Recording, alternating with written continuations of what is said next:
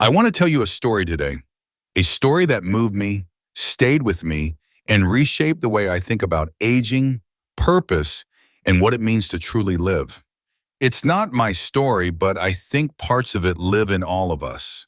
It belongs to a woman named Evelyn. She's 75 years old. And if you were to meet her, you'd notice something different about her right away. It's not her posture or her wardrobe or how she speaks. It's something quieter, deeper. It's in the way she notices the world, in how she listens without rushing, in how she laughs from a place that feels rooted in something steady.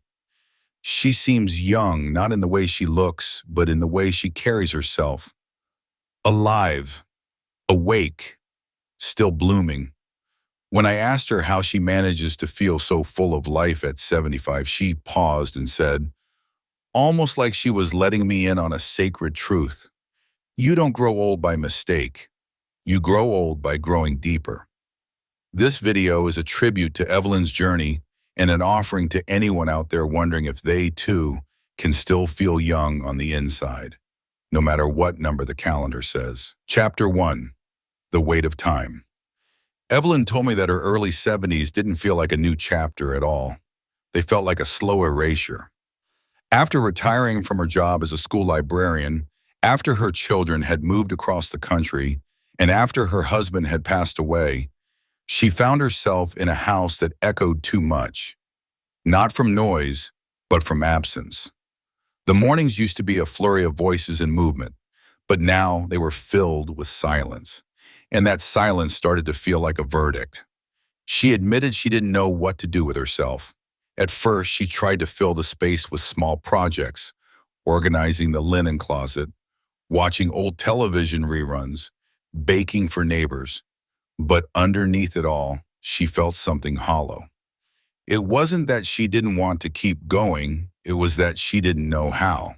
She asked herself over and over again, who am I now that no one needs me in the same way? Evelyn said it felt like she had spent decades pouring herself into everyone else's life, and now, suddenly, she didn't know where to pour that love.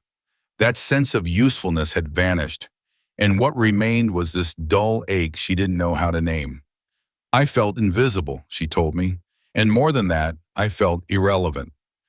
That feeling, she said, was heavier than age itself. Chapter 2. The Turning Point. But life has a way of whispering truth back into our bones, especially when we're quiet enough to hear it. For Evelyn, that whisper came on a late spring afternoon. She was sitting at her kitchen table, a cup of tea cooling in her hands, staring out the window at her neighbor's blooming magnolia tree. And then something stirred. Not outside, but inside. A memory bubbled up, uninvited. A vision of her younger self, barefoot in a field, arms stretched to the sky, face turned toward the sun. No roles, no obligations, just joy. She didn't burst into tears or stand up dramatically. Instead, she said it was like a quiet knowing settled over her. She's still in there, she whispered to herself. That wild, alive part of her hadn't disappeared. She had just been buried under decades of responsibility. That day didn't mark a massive change, but it was the first day Evelyn began to look inward with curiosity instead of judgment, and it changed everything. Chapter 3. The Secret Within.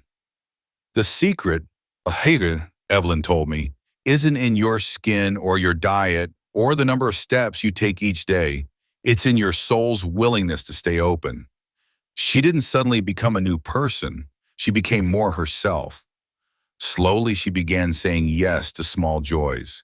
She opened the curtains in the morning with intention. She stopped rushing through meals and started tasting them again. She let herself feel things deeply, even if they didn't make sense. If something beautiful caught her eye, a bird, a poem, a kind stranger, she allowed it to move her. And what she discovered was this: staying young inside doesn't come from denying time, but from honoring the parts of yourself that time cannot touch. Curiosity, gratitude, playfulness. She said, I stopped trying to be impressive. I started trying to be present. And when she did that, Something in her spirit stood up straighter. Her laugh returned. Her eyes sparkled again. She remembered how to marvel. Chapter 4. Rituals of Aliveness. One of the things I admire most about Evelyn is how she turned everyday life into something sacred. Nothing she did was extraordinary, but the way she approached life made it feel extraordinary. She began each morning by lighting a candle and whispering a thank you, not for anything specific, just for being here. She called it her morning ritual of acknowledgement. She brewed her tea slowly, walked her garden barefoot, and kept a journal by the window where she'd jot down things that delighted her. A laughing child, a warm breeze, a quote she liked. Evelyn didn't chase purpose in the traditional sense. She invited meaning into her daily rhythms, and that made all the difference. Chapter 5. Letting go to grow. Letting go was the hardest part, she confessed. Not of people, but of expectations. She let go of needing her days to look busy. She let go of comparing herself to younger versions of who she used to be. She even let go of trying to be the strong one all the time. She cried when she needed to. She rested when she was tired. She forgave herself for the times she didn't get things right. I spent too many years trying to be perfect, she said. But perfection isn't real. It's just fear wearing nice shoes. Once Evelyn began letting go, she noticed something. Her hands felt freer. Her heart felt lighter. She had more room to grow, not upward like we do in our youth, but inward. At this age, she said, I'm not trying to prove anything. I'm just trying to be everything I already am. Chapter 6. Staying Connected. One of Evelyn's deepest sources of aliveness comes from connection. She doesn't wait for others to reach out. She reaches first. She sends letters. She leaves long voicemails. She checks in on neighbors. But even more beautifully, she listens. Deeply. With her whole presence. People think you need advice, she told me, but most people just need to be heard. She's learned to sit with her grandchildren when they're anxious, not to fix their problems, but to simply be beside them. Evelyn has also found joy in new relationships, joining a local writing group, hosting tea afternoons for women on her street, even befriending a barista at her favorite coffee shop. Connection doesn't mean having 100 friends, she said. It means showing up real and kind, even for just one person. She lives by the idea that presence is the greatest gift she can offer. Chapter 7. A Life That Still Blooms. Now, at 75, Evelyn isn't trying to look younger. She's trying to feel more alive. And she does. She laughs from the belly. She weeps during old movies. She dances when it rains. She talks to her houseplants and names them. She lets herself be silly and soft and wise all at once. I'm not interested in being remembered as extraordinary, she said. I just want to live honestly, fully, with nothing held back. She walks slower now, but notices more. She makes fewer plans, but cherishes deeper moments. And she believes that every day, no matter how ordinary, holds a sliver of magic if we're willing to see it. Her life isn't flashy, but it blooms every single day. Conclusion, an invitation to you. Evelyn's story isn't just a beautiful tale of one woman's resilience. It's a mirror, a gentle, honest reflection of what's still possible when we choose to return to the core of who we are. Her story is a quiet revolution, whispered into the hearts of those who feel forgotten, overlooked, or uncertain in this later chapter of life. What struck me most was not how much she had done, but how much she had become. She didn't reinvent herself by running from age. She embraced it with grace and curiosity. And through that, she uncovered the kind of youth that never fades, the kind that glows from within, that lives in our questions, our laughter, our willingness to still be amazed. If you're listening to this right now, maybe with a soft ache in your chest or a lump in your throat, let me remind you of something Evelyn taught me. It's never too late to come alive again. Your spirit hasn't expired.